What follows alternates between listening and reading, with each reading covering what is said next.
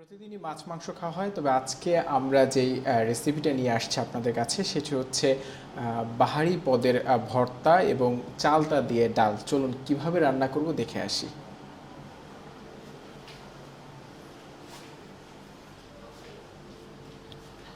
আজকে যেই পাঁচ পদের যে ভর্তা ভর্তা এবং ডাল চালতা দিয়ে এবং বেগুন ভাজি করব সম্পূর্ণ পাটায় বেটে, যে শিল পাটা যে আছে দেখতে পাচ্ছেন, এই শিল পাটায় কিন্তু আজকে প্রতিটি রেসিপি রান্না হবে। এখানে প্রথমে যেটা হবে, আমি যেটা দেখাচ্ছি সেটা হচ্ছে শুকনা মরিচ এবং রসুন দিয়ে বাটা ভর্তা।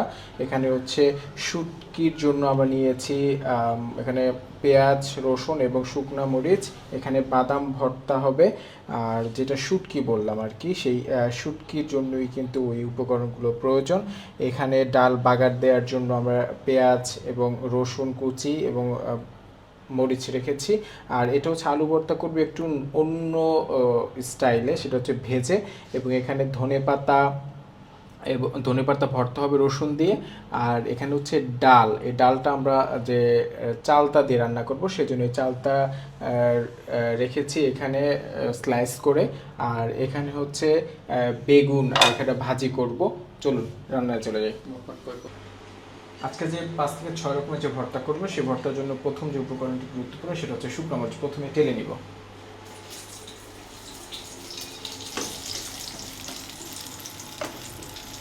ভর্তার জন্য যে উপকরণ সেই শুকনো মরিচ ভাজা হয়ে গেছে। এখন আমি শুকনো মরিচগুলো উঠিয়ে রাখবো। তবে শুকনো মরিচ যেহেতু একটু দেরি হবে সেজন্য আমি একটু লবণ যদি আমরা ছিটিয়ে দিই তাহলে শুকনো মরিচকে একটু মচমচা থাকবে, সেজন্য আমি একটু লবণ ছিটিয়ে দিলাম মচমচা রাখার জন্য। আজকে যে মলা মাছের যে শুটকি ভর্তা করবো সেই শুটকি ভর্তার জন্য আমি এখানে প্রায় 100 গ্রামের মতো মলা মাছ নিয়েছি এবং এটা এখন তেলে ভাজবো যতক্ষণ না পর্যন্ত একটা গন্ধ না আসবে তখন কিন্তু ভাজতে থাকবো।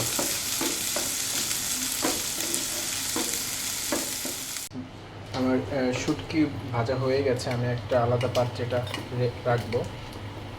যেটুকু ছোট যেটা দিব সেটা হচ্ছে এখানে পেঁয়াজ এবং রসুন একটা আমি এখানে কিউব করে কেটে রেখেছিলাম, এটা ভাজবো।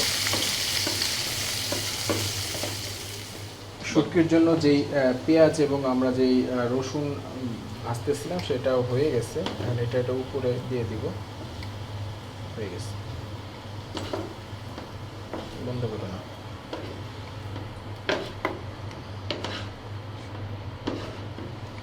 এরপর প্রথমে যে শুটকি ভর্তাটা আমরা বানাবো আজকে সেটার জন্য আমি মরিচ নিয়ে নিব।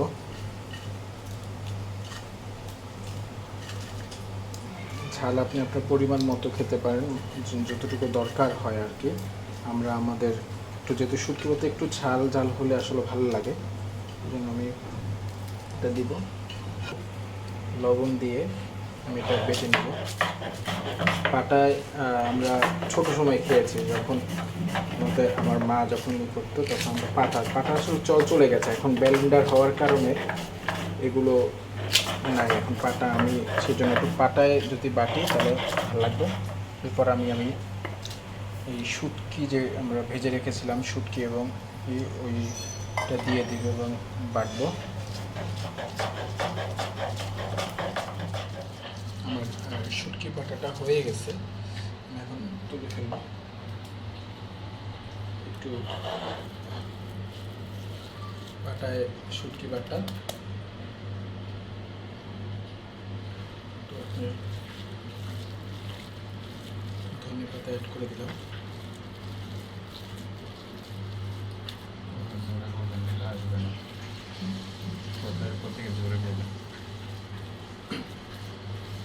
শুটকি ভর্তার সাথে ওটা আমার বাটা শেষ। পাটায় বাটা মলা শুটকি বাটা শেষ। এখন আমি রাখলাম।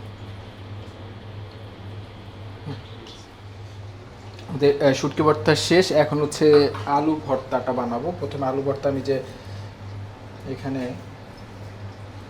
করে নিয়েছি,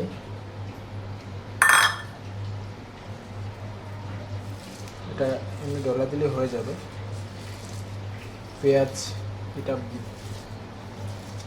পেঁয়াজ এবং কাঁচামরিচ আমি ভেজে নিয়েছি, বেরেস্তার মতো করে নিয়েছি। তাহলে আপনি আলু ভর্তাটা যদি আপনি কালকে সকালেও খান তাও আপনার নষ্ট হবে না, কারণ আপনি যখন এগুলা ভেজে নেবেন একটু, তখন এটা আপনি খেতে পারবেন রেখে রেখে। এবার আমি আলুগুলো এখানে দিয়ে দিব।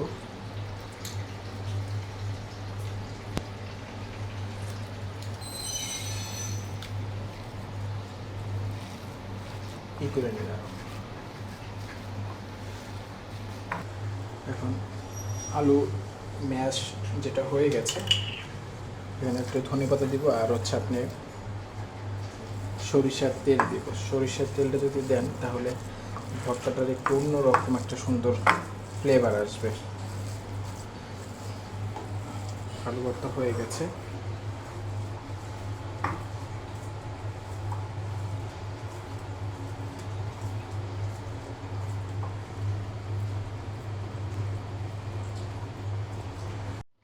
এরপর পরের ভর্তার জন্য, অর্থাৎ যে ভর্তাটা আমরা করবো সে এখানে হচ্ছে দেখতে পাচ্ছেন বাদাম এবং রসুন আছে। এখানে বাদাম ভর্তা করবো আমরা শুকনো মরিচ দিয়ে, এটাও ভাজার জন্য দিয়ে দিলাম।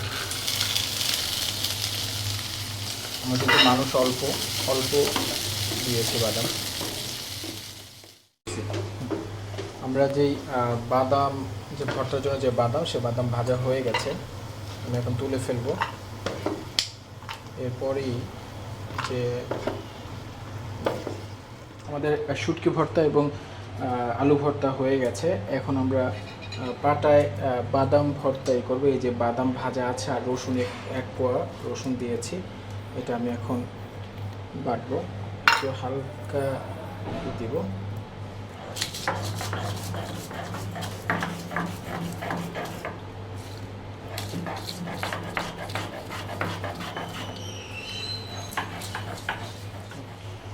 এখন আমরা যে ভর্তাটা বানাবো সেটা হচ্ছে ধনেপাতা ভর্তা। ধনেপাতা ভর্তার জন্য যেটা লাগবে সেটা হচ্ছে এখানে আপনি কাঁচামরিচ দিয়েছি 4টা, রসুন দিয়েছি 4টা এবং ধনেপাতা, আর সাথে আপনি একটু পেঁয়াজ কুচি অ্যাড করে দিব। সেটা হচ্ছে আপনি পরিমাণ মতো করে বুঝে এই হয়ে যাবে। এবার একটু লবণ দিব। লবণ দিয়ে এখন আমি বাটা শুরু করবো।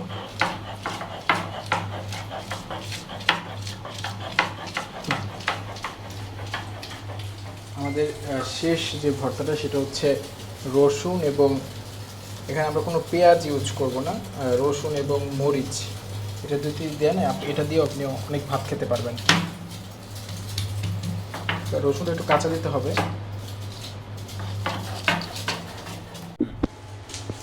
আমাদের যে রসুন এবং শুকনো মরিচ যে বাটা, এটা হয়ে গেছে। এটা অল্প করবেন, কেন আপনি যদি বেশি খেতে চান তাহলে আপনাদের গ্যাস সমস্যা হতে পারে, এই জন্য এটা আমার হয়ে গেছে। আর আজকে আমার অবশ্য হাত জ্বলায় শেষ হবে, তারপরও নিজের হাতের রান্না। এটা ধরো আমার এখানে আজকে দেখতে পাচ্ছেন আমার হাতটা খুবই লাল হয়ে আছে। অবশ্য আমার হাত জ্বলাবে আজকে, কিন্তু তারপরও দিন শেষে যদি নিজে রান্না খেতে পারেন সেটা হচ্ছে আপনার স্বাস্থ্যের জন্য ভালো।